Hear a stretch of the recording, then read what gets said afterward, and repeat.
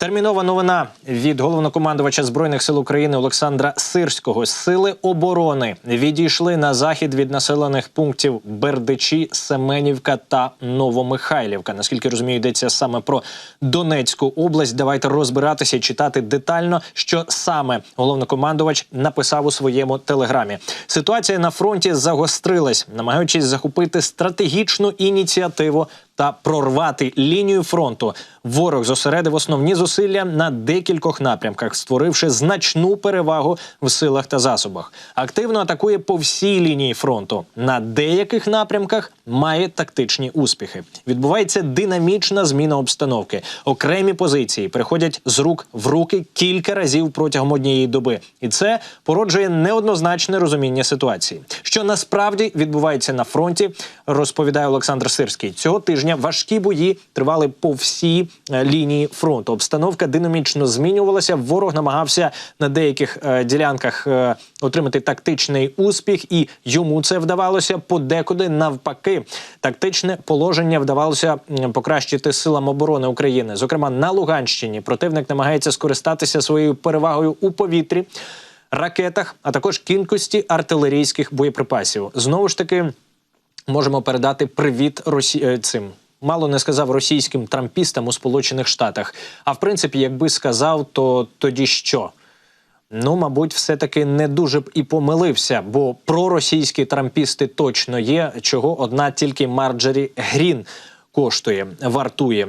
Ну, але тим не менше, поки американці куйовдилися зі своєю підтримкою, з реалізацією Будапештського меморандуму і гарантій безпеки, ворог поставив собі задачу вийти на адміністративну межу Луганської області. І саме цього намагається досягти просто зараз. Основні напрямки зосередження зусиль ворога на Куп'янському напрямку. Це Стельмахівка і Берестове. Там ворог мав частковий успіх, але діями наших підрозділів був зупинений. Також продовжує наступ на Терни-Лиманського напрямку і намагається витіснути сили оборони за річку Чорний Жеребець. Там успіху немає росіянин. Ну і на Сіверському напрямку намагається наступати в районі Білогорівки, Роздолівки, прорватися і блокувати Сіверськ, а потім продовжувати наступ на Слов'янськ. Але і тут він успіхів не має, ніякого блокування Сіверська не відбувається. На Краматорському напрямку найгарячішими точками залишаються Часів Яр та Іванівське. Іванівське – це те саме село, побіля села Богданівка, мабуть, уже всі знають, що там відбувається навколо Часового Яру, як розташовані ті чи інші села, де знаходиться Іванівське, де знаходиться Часів Яр, де знаходяться Богданівка. І от також противник намагається там повернути під свій контроль Кліщіївку трохи південніше і вийти на рубіж каналу Сіверський Донець-Донбас. Найскладніша ситуація, як каже головнокомандувач ЗСУ, на Покровському та Курахівському напрямках. Там продовжуються запеклі бої. Противник на цих напрямках задіяв до 4 бригад, намагається розвинути наступ західніше від Авдіївки та Мар'їнки, пробиваючись до Покровська та Курахового. Підрозділи Сил оборони України, зберігаючи життя та здоров'я наших захисників, як пише головнокомандувач, перемістились на нові рубежі західніше Бердичів, Семенівки та Новомихайлівки. В цілому, на цих напрямках ворог досяг певних тактичних успіхів, але оперативної переваги отримати не зміг. Українські війська завдають ворогу максимальних втрат як в особовому складі, так і у військовій техніці. Для посилення оборони на цих напрямках заміни підрозділів, що зазнали втрат, здійснюється переміщення бригад, які відновили свою боєздатність.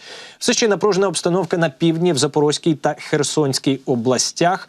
При цьому вдається покращити своє тактичне положення українським силам оборони в районі Синьківки на Куп'янському напрямку та Серебрянського лісництва, це Лиманський район.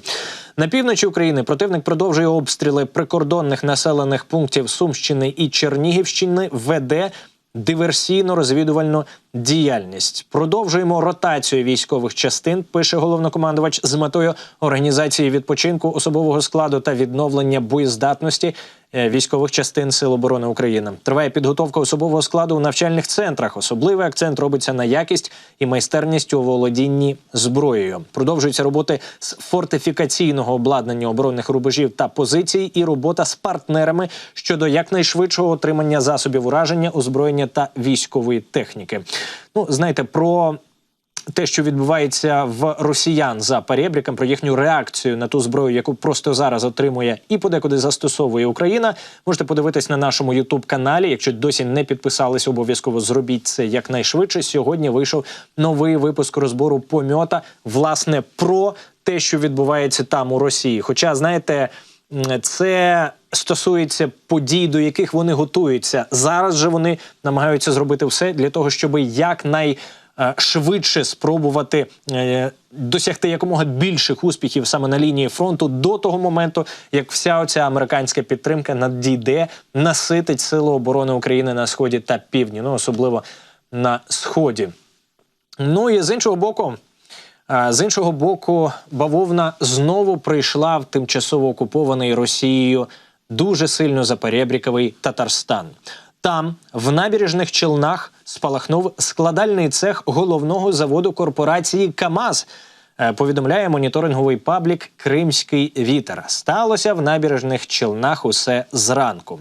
У мережі почали писати самі росіяни, що буцімто біля заводу спалахнуло сміття, але за тими кадрами, що їх ми бачимо просто зараз у соцмережах, очевидно, що загоряння супроводжується дуже сильним задимленням, дуже темно-сірого, навіть, мабуть, подекуди чорного кольору цей дим. І все це відбувається безпосередньо там, на території заводу «КамАЗ». Що таке завод «КамАЗ»? Це, в принципі, головний постачальник автомобільної техніки для так званих Збройних сил Росії. Корпорація виробляє дизельні вантажні автомобілі, дизельні двигуни і іншу продукцію, якою користуються зараз окупанти, в тому числі і на лінії фронту. Основне виробництво розташоване в місті Набережні Челни. У 2022-му, після початку повномасштабного вторгнення, саме це підприємство внесли до санкційних списків Європейський Союз, Сполучені Штати, Канада, Велика Британія. За що внесли? Та от, власне, за це. За постачання російським окупантам машин КамАЗ 5350, КамАЗ 6350 і 6560, які дуже широко використовуються у війні, яку Росія розв'язала проти України.